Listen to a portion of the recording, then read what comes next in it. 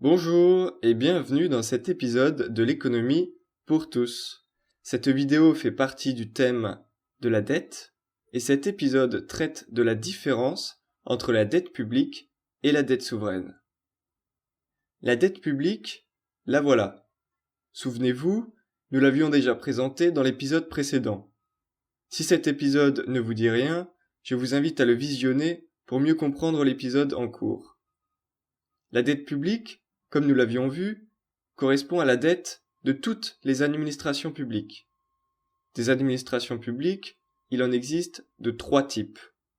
Il y a l'administration publique centrale, composée de l'État et des organismes divers d'administration centrale. Il y a les administrations publiques locales, composées des collectivités territoriales et des organismes divers d'administration locale. Puis, il y a les administrations publiques de sécurité sociale. Mais où est la dette souveraine dans tout cela ? Eh bien, la dette souveraine, la voilà.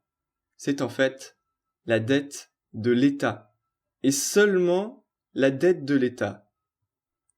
Mais pourquoi donner un nom spécifique à la dette de l'État et pas aux autres ?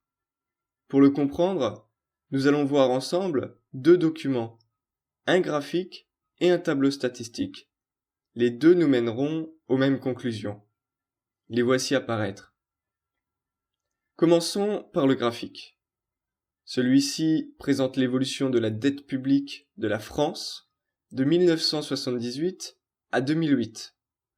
La dette publique correspond à l'ensemble des couleurs, ici représentées par la flèche violette.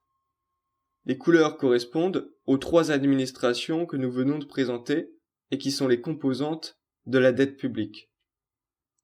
Cette seconde flèche correspond quant à elle à la dette de l'État, donc à la dette souveraine. On remarque immédiatement la dominance de celle-ci dans la dette publique. Passons désormais au tableau statistique. Celui-ci présente l'évolution de la dette publique de la France de 2008 à 2014 cette fois-ci. On retrouve ici notre dette publique qui correspond, comme nous l'avions dit, à la dette de l'ensemble des administrations publiques. On retrouve également nos trois administrations, ainsi que les deux composantes de l'administration publique centrale. Quelle que soit l'année que nous choisissons, nous voyons que la dette de l'État domine toutes les autres dettes. Elle représente en effet plus de 70% de la dette publique. Pour terminer cet épisode, voici un gâteau qui, imaginons-le un instant, représente la dette publique. Alors, la dette de l'État, donc la dette souveraine, correspondrait à cette part du gâteau. On obtiendrait la dette publique en y ajoutant cette petite part restante.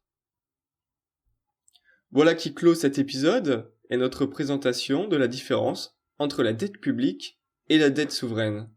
Je vous remercie pour votre attention et vous dis à très bientôt.